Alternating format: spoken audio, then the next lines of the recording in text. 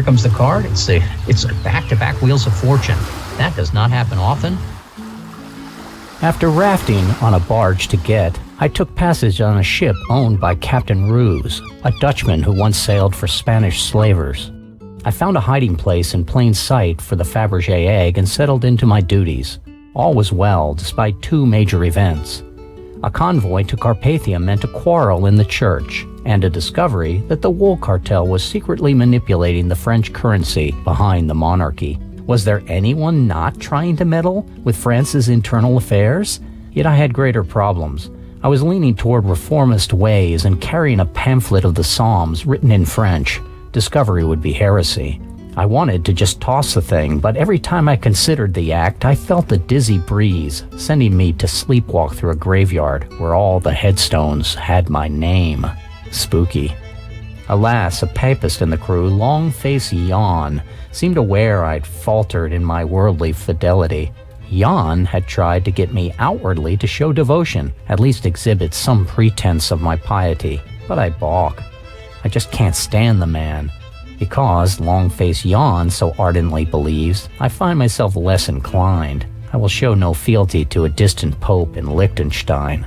I finally appealed to Jan's all-too-human greed, giving him the horse guard's uniform I was wearing, a wool and leather coat and matching fine hat with ostrich feathers. Maybe that will placate him. Traveling to my home port of Marseilles seems stalled. With long-faced Jan as the second shift pilot, the man I replace on the watch, there was a tendency for me to think he's incompetent, while the first pilot of the morning seems all too arrogant.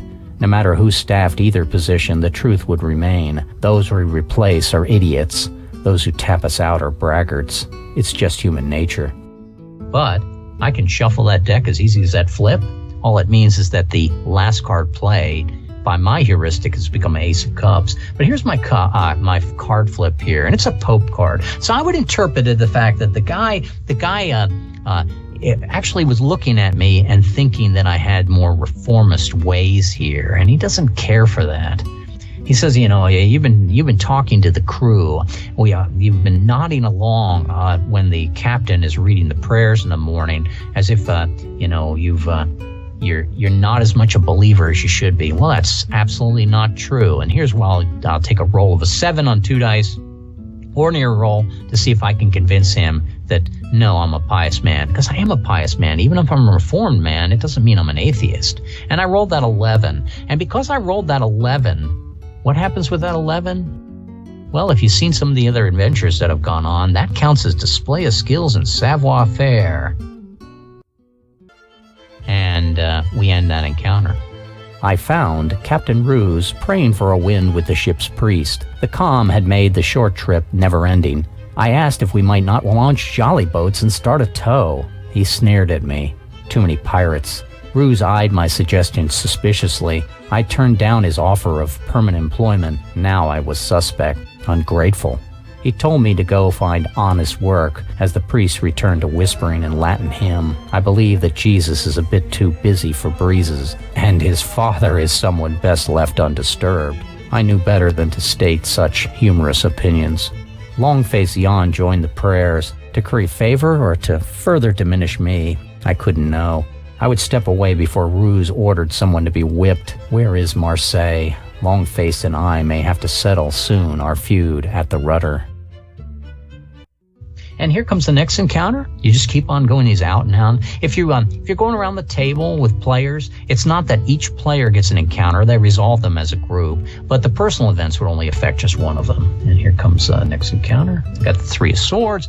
Is it in phase? No. What's the last card? The last card is going to be a Ace of Cups by heuristics. And so that Ace of Cups is going to be a Cup Sword encounter number 2, because we're down here on Mission Consequence encounter, since we didn't have that Knight, King, Queen, Knight, Knave, or 10. We didn't have previous King, Queen, Knight, and Dad. I didn't flip 2 aces in a row. I got that 3. And so I'm going to have an encounter number 2 in Cup and Sword, and action. Encounter number 2, a man goes overboard.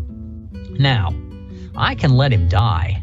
I got a lot to lose if I jump overboard and my package suddenly is lost. Now, it doesn't hurt me anything. The only reason why I want to save him is because it's Sea Voyage and Maritime Adventures as a check, or its fame, notoriety, and tailworthy experience in check, or its personal audacity in check. But I'm an injured man, and I would just like to get home, so I'm just going to ignore this. You know, his bad luck, he went overboard. In fact, it could have even been the pilot that I was dealt with. Wink, wink, nudge, nudge. In that case, I am a swimmer. I could save the man that was insulting me as a swimmer on a roll of a 7. 7 is an easy roll. Man, I don't want to end up in digressions. I'm a little bit afraid. But what I can't, I could use my make roll here. If I used my make roll, I could avoid the digressions. Except for in the epilogue, you can't use make rolls. It's the one time when everything has to be pure. And the more prudent thing to do, if I was playing Outlands, I'd check the prudent instead, would be not to make the roll. But I'm a cockshirt guy, and I will probably try this roll. 2 dice, looking for a 7. I'm closing my eyes. It's a 5.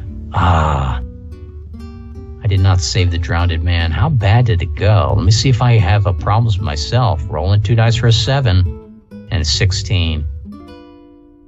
You know what I did, and it's probably terrible, is that I jumped overboard. I probably threw that other pilot who was accusing me of being a reformist because I'm worried that he might have seen my prayer pamphlet.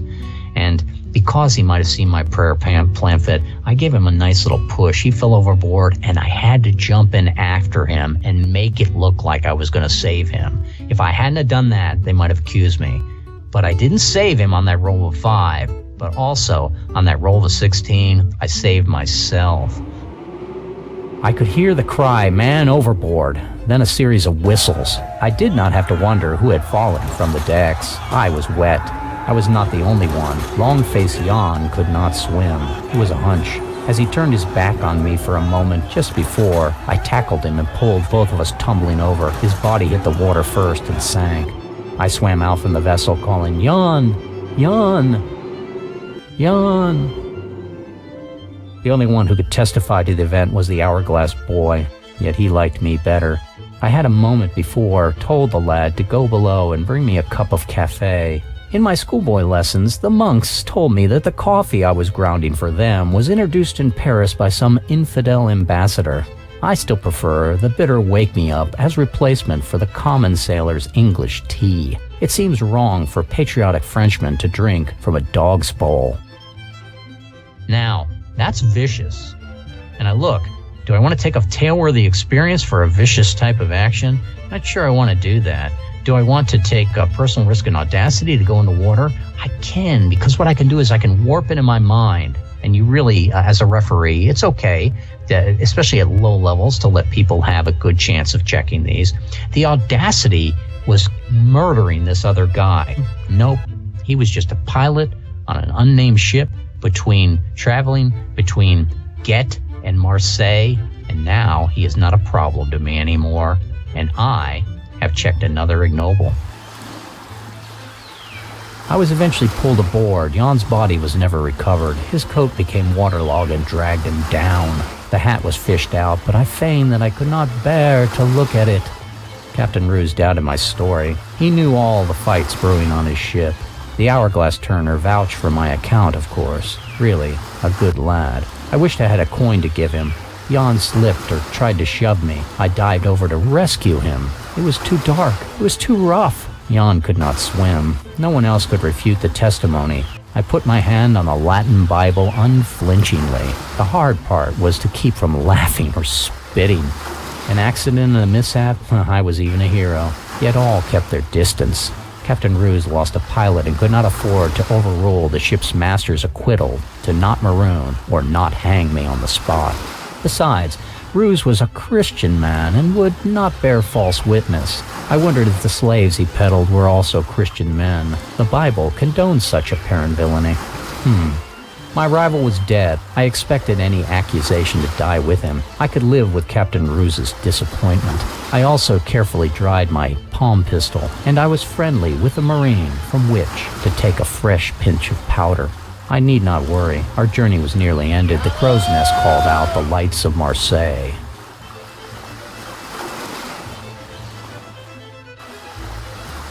Trying to get myself home here, and gonna flip a card, next encounter of the phase, and it's the Queen. So now that's my patron. So I'm gonna say with that Queen encounter that I have actually reached Marseilles and I got off the boat. Now, normally it would be a double Queen encounter, but I will switch over to King's Highway to sort of mill around the city as I wait for my patron to show up. So when I land in Marseilles, I find out that Ethan has left an agent for me to talk to and said, stay at this one hotel and the room was already paid for you and wait instructions. Sounds good. I can stay in this hotel and wait instructions. I walked along the dock and noticed all bars were closed. 'Twas Sunday. The new minister of France, Richelieu, ordered the blue laws enforced. If you wanted to drink, you had to attend mass or be a noble with his own wine cellar. My patron, Ethan Ivan, was not in Marseilles. He designated a hotel a seedy 3-story flop where I was to stay. There, await instructions. It all sounded anxiety-building. I moved back to my mother's brothel instead.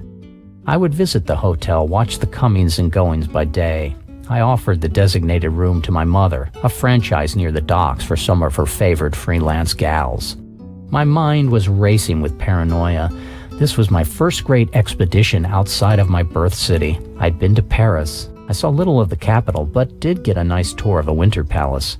I enjoyed some company and built some confidence. With a good set of clothes and maybe a horse, I could travel the world as a gentleman of fortune. People told me that mercenary companies were forming in Montpellier. I just needed to be rid of this dastardly egg. I would keep my psalms. Every time I read them, I thought of Hugo. I memorized many of the passages, like I once memorized limericks told to me by the mariners shipboard. I liked limericks and psalms better than sea shanties, which reminded me too much of labors for strong backs. And here we go. And 6.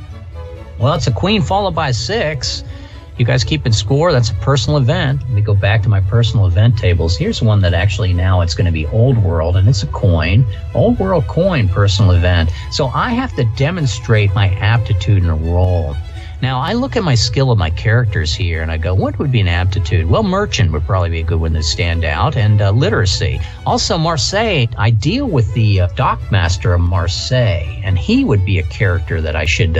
Jules.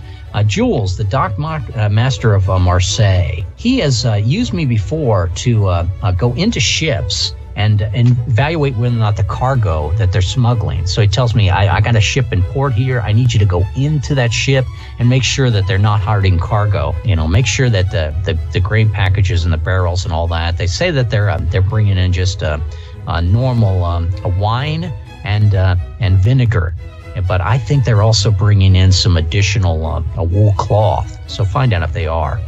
I'm going to use that spy skill, and I'm going to get myself a 7 on 2 dice, ordinary roll, to smuggle aboard and try to find out if they're smuggling.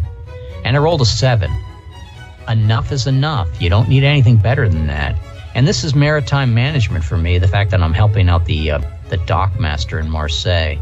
And so I help out the Dockmaster in Marseille, and I find out, no, everything is fine. They're not actually. It's just vinegar, and it's just wine. They're not bringing any illegal wool in, from all the way from England.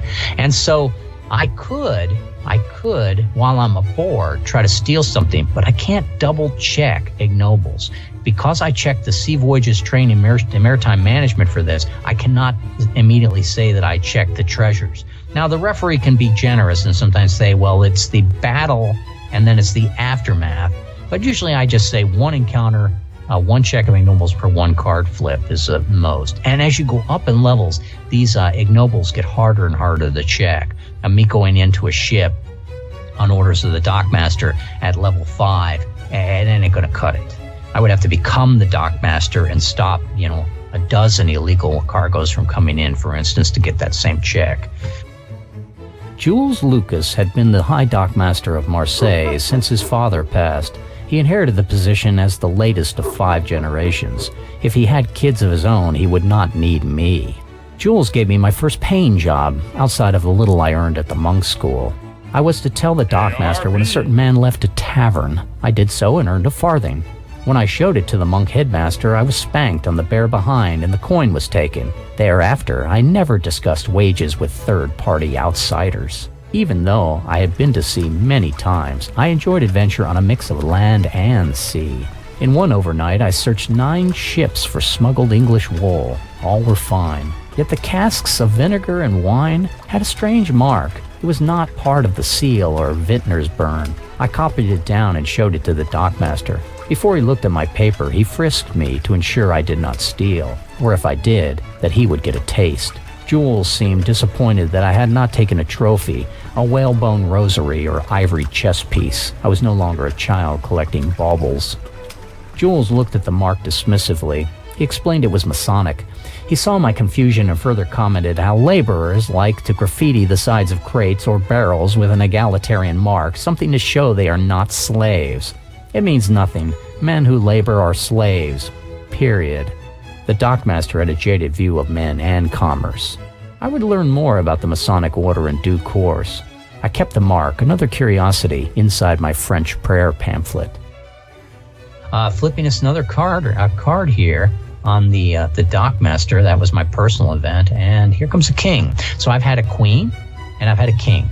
Now the king probably represents a local lord that I've dealt with before, and I'll call him a Leò. And the Leò is going to be a person who visits my mother a lot, and he's a noble from the countryside. He's probably a baron, and whenever he's in port, he comes and visits my mother. And he also is a friend of mine. He's watched me grow up. For all I know, in fact, I may even think that he's my actual father.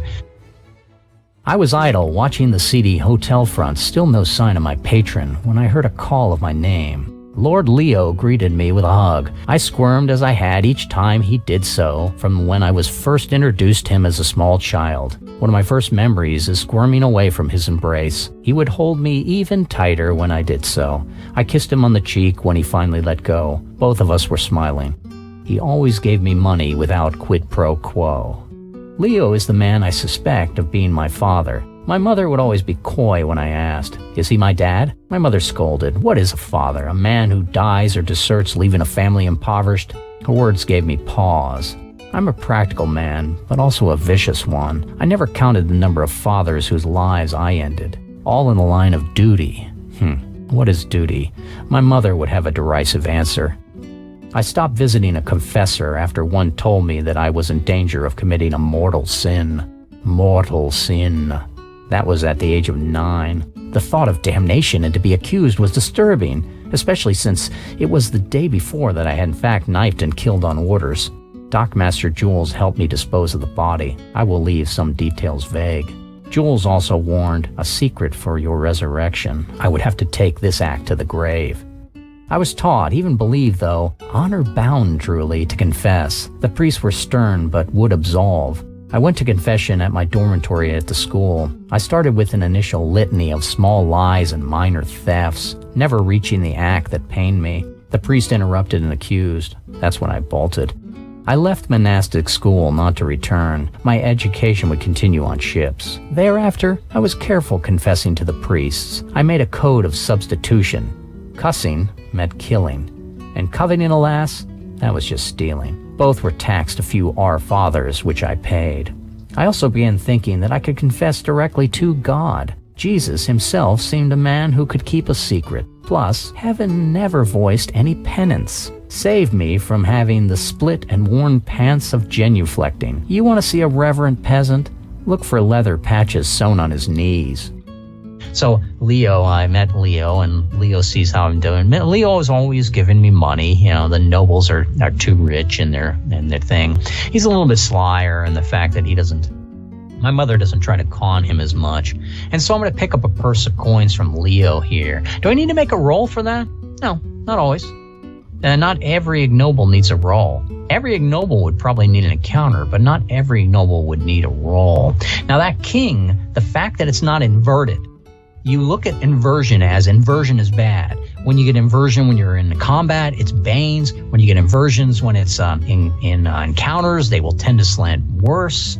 And so that king is a straight up king. It's a non-player character of the campaign of some significance, where a knight is a non-player character of the campaign who does not have any sort of reputation or significance yet. If I were to, for instance, just pull my knife and kill Leò, that would be a capital crime. That would have consequences that should be far-reaching throughout not just this level, but the levels to come. However, if this was a knight, and it was a guy that was hassling me, and I decided that we would duel over, the fact that I need his boots. Boy, I'm an evil man that I would steal a man's boots if I'm going to kill a man for his boots. If I'm kill the man, dump him into the harbor, that's probably the end of it if after the rolls are made. So knights, as long as the encounter ends cleanly, you're done with it. Kings, the encounters might never end. But in this case, I'm going to pick up a purse of coins. I need a purse of coins. He notices I'm injured too. That's probably why he gave me the purse of coins. And, I can play it up as well. I'm both a spy and I have the repartee that I've learned now through adventuring, a little bit better spoken. I'll probably talk about the fact that, if I only had a room to stay for the night, even though I know that Ethan is giving me a room, and I'll con this man out of his purse. He probably gives me most of his purse because he wants to keep a few coins for my mother. And still flipping cards.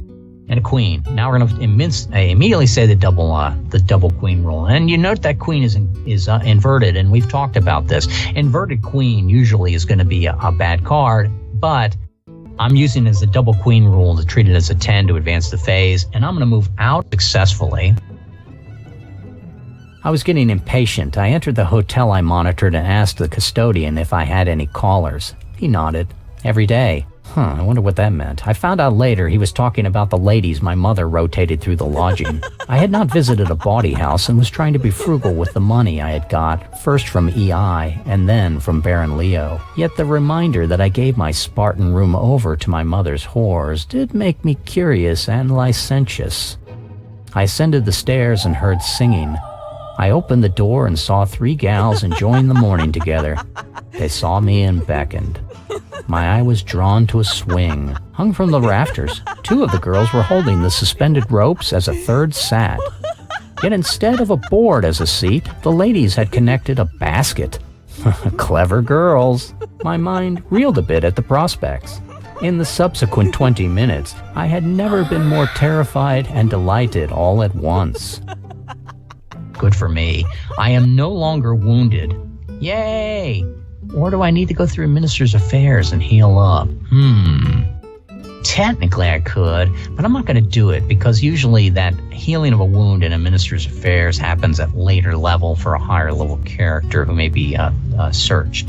But I will go into the scenario aftermath and I will flip a card on the patron satisfaction, and I'll probably paste in the final video, that actual table, so that you guys could take a look at it here. Is it up already?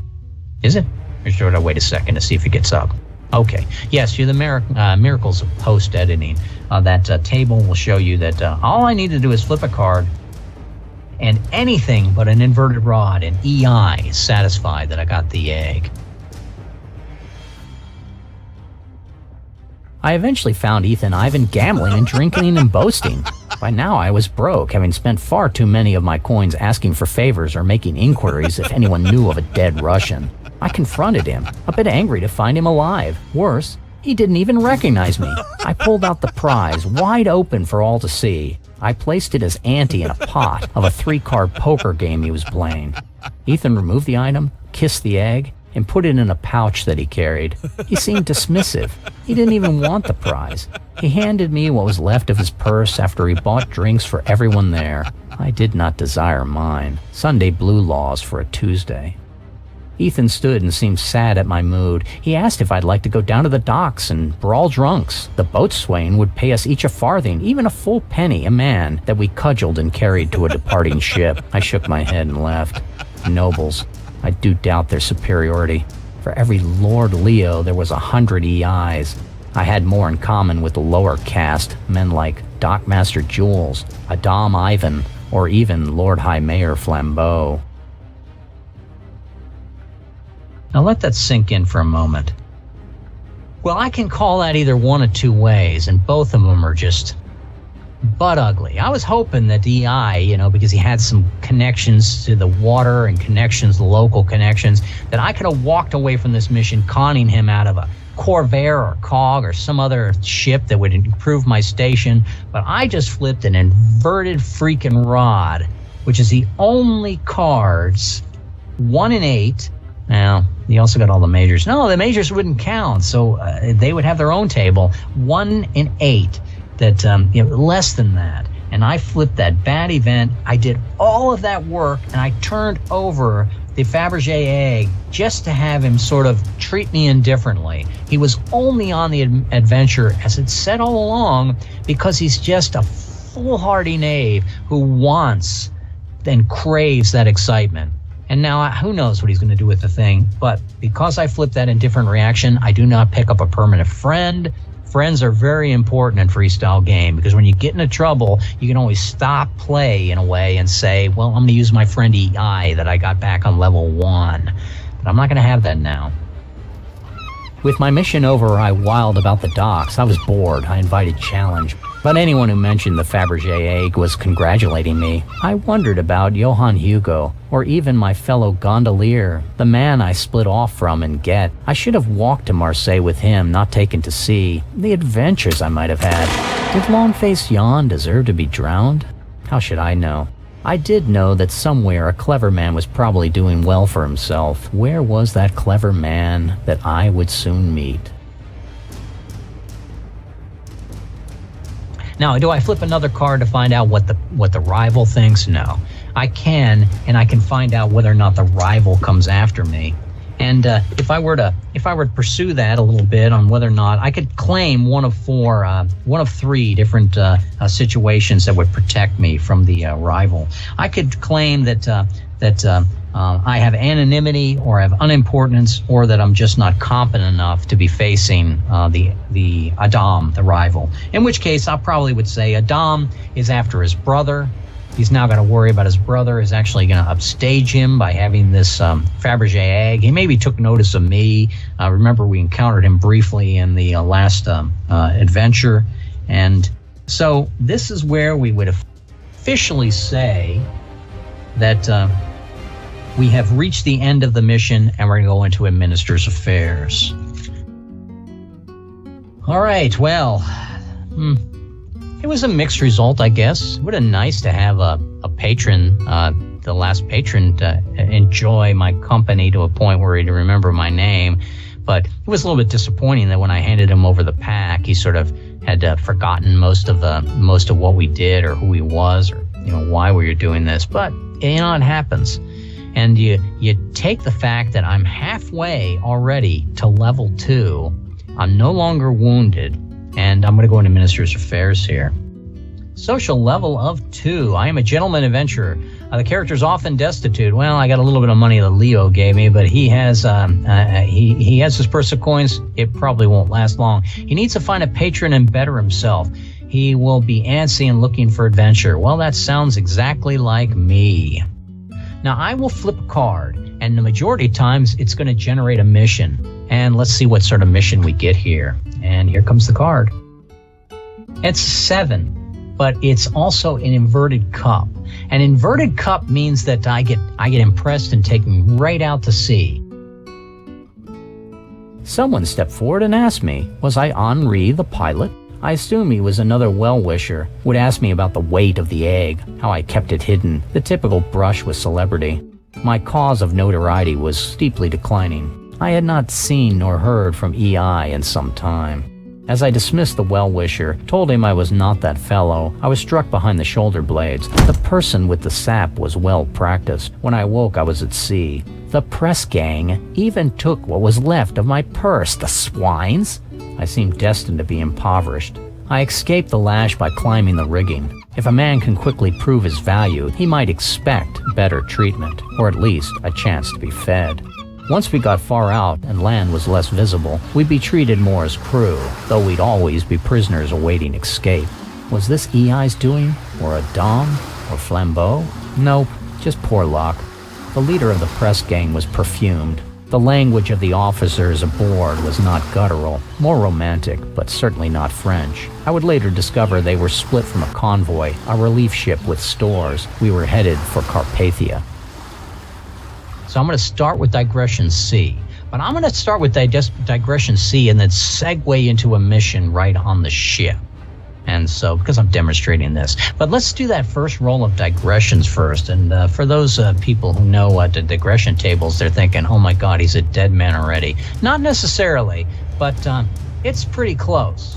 Now, in some cases, digression tables, you normally use it so that if you have a large group and somebody, if one member of the group is shanghaied away, you're not going to run back and forth, bebopping between the two groups. You let the one player roll on digression tables to figure out how long it takes them to get back with the main group, and then you stay with your main group. When I'm playing solo here, I could even just avoid the digression tables, but I have been impressed into service, and I'm going to roll a D8 for that.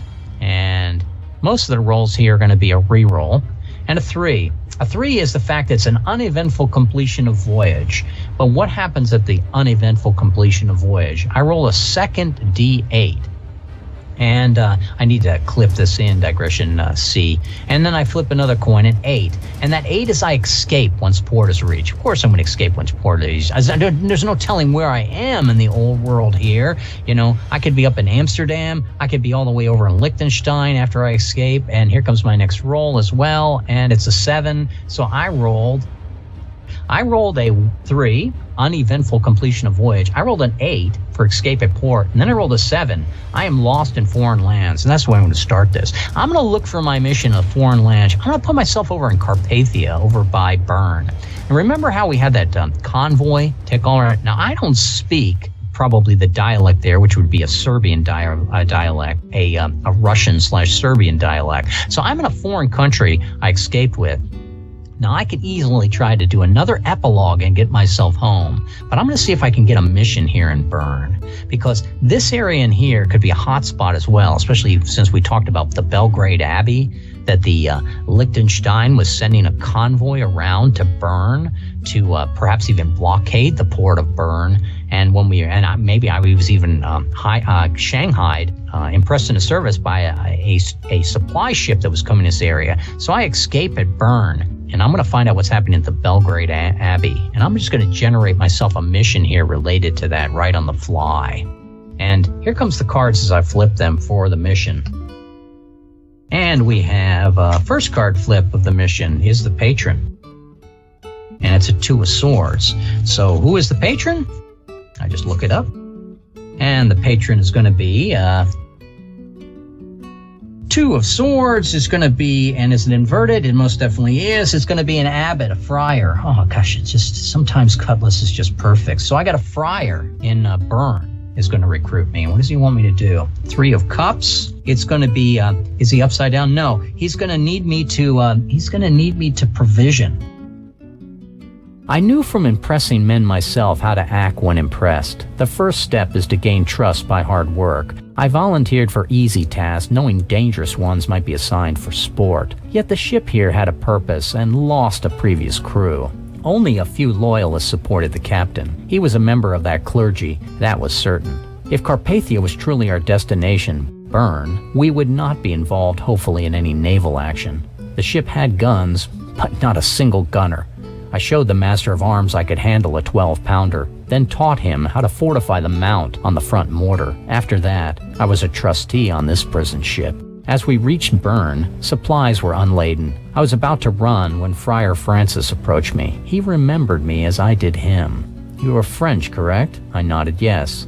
You're the pilot of the Dutch slaver, a man of ruse. I nodded no, I am not a slaver. The clergyman had an offer. The French are not my allies, but I'm betting you serve gold as much as any crown. I did not nod. Francis handed me a purse and pointed to a runt of a cog. That ship is yours. That purse is to outfitter. Sure, you can run. How far would you get? The Carpathians kill all foreigners, slave or no slave. Instead, I need fish. The river is full of them. Sail up the coast, harvest the catch, come back here. Do that and you no longer will be a slave. You'll be a pilot again. You'll be even a ship owner. I looked at the boat he offered. It seemed a fair deal. It might capsize in deep water, but I could crew her small. At least one mast would hold sheets. I was about to agree when Francis turned about. He considered the deal a fait accompli. My role was hireling. There was too much to adjudicate in this debacle. I was left wondering if we made a deal or I simply volunteered. I was no solicitor and the law was not sacred to me. I would see what I could find as crew and as sailcloth, the canvas being more valuable, I suspected. There was a few hands I appropriated from my last ship. With the head friar still aboard, no one seemed to question my new authority to dispense on small matters. I'm going to go take out a fishing boat, get provisions that are going to be brought back to the men. When they find out I'm a pilot, they probably talk to me this. They tell us, take this boat out, collect the salmon that are flowing down the river past Dublin, bring them back for the blockade that we're running at Bern. Okay, doesn't sound that bad. What's in it for me? Well, let's see about this. First of all, we get a 3 of, after the 3 of cups, an 8 of swords. Time to say, more later.